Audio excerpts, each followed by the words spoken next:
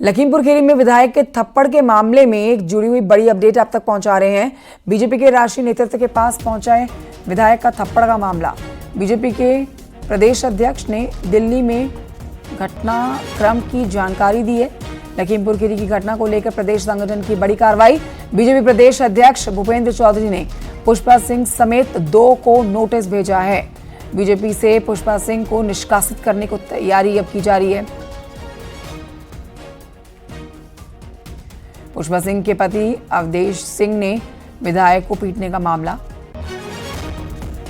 पुष्पा सिंह पर बीजेपी व्यापार प्रकोष्ठ के पदाधिकारी राजू अग्रवाल को पीटने का आरोप है।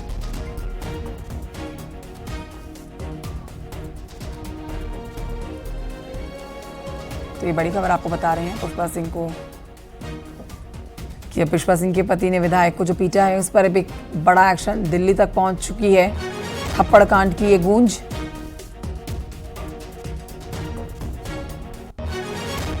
लखीमपुर खीरी में विधायक के थप्पड़ के मामले से जुड़ी हुई ये बड़ी अपडेट आप तक पहुंचा रहे हैं हम। बड़ा अपडेट यही है कि बीजेपी के राष्ट्रीय नेतृत्व के पास पहुंच चुका है विधायक का थप्पड़ का मामला। ये थप्पड़ कांड अब बीजेपी के राष्ट्रीय नेतृत्व तक जा पहुंचा है।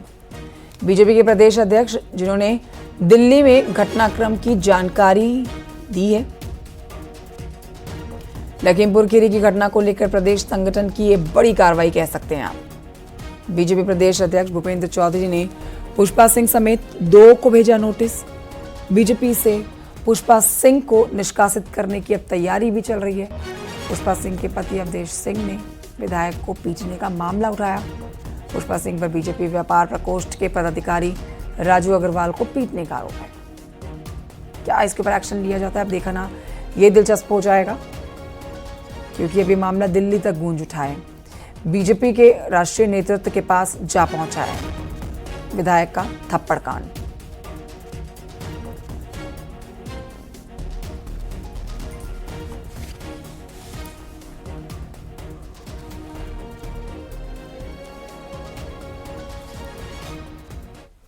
तस्वीरें भी आपको दिखा रहे हैं हम थप्पड़ कांड के दौरान की, विधायक के थप्पड़ कांड से जुड़ी हुई ये तस्वीरें और ये बड़ा अपडेट जिसमें बीजेपी के राष्ट्रीय नेतृत्व के पास ये मामला पहुंचा हुआ है।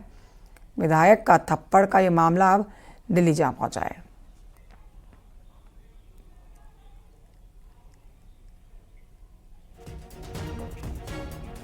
संकेत मिश्रा और जानकारी देंगे। संकेत, क्या हलचल मची हुई है इस पूरे मामले के ऊपर, क्योंकि बीजेपी के राष्ट्रीय नेतृत्व के पास पहुंच चुका है विधायक का थप्पड़ कांड।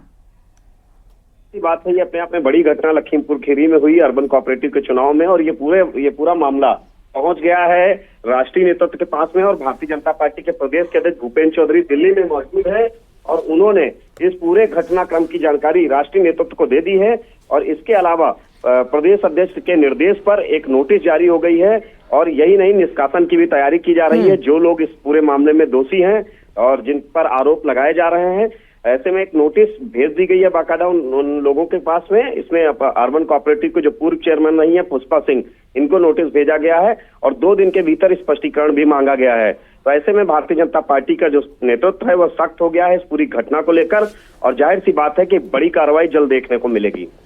ठीक है, बहुत शुक्रिया आपका जानकारी के लिए। तो बड़ी कार्रवाई जल्द देखने को मिलेगी, ये कहना है हमारे सहयोगी का जो कि इस पर जानकारी दे रहे थे। देखिए तस्वीरें आप देख सकते हैं, लगातार ये मामला जो है तूल पकड़ता हुआ जा रहा था।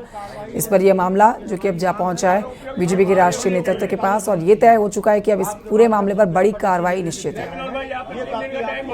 हमारी मांग ये है कि जो भी यूपी और एमपी की सीमा को जोड़ने वाले लगभग 70 साल पुराने चंबल नदी के क्षतिग्रस्त पुल को रिपेयर कर दिया गया है।